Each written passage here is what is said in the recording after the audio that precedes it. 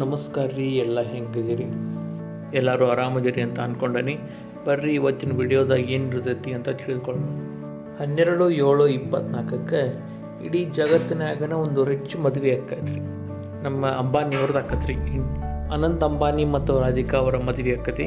ಆ ಮದುವೆಗೆ ಭಾಳ ದೊಡ್ಡ ದೊಡ್ಡ ಗಣ್ಯ ವ್ಯಕ್ತಿಗಳು, VIP ಎಲ್ಲ ಭಾಳ ಜನ ಬಂದಿರ್ತಾರೆ ಮತ್ತು ಸೆಲೆಬ್ರಿಟೀಸ್ಗಳು.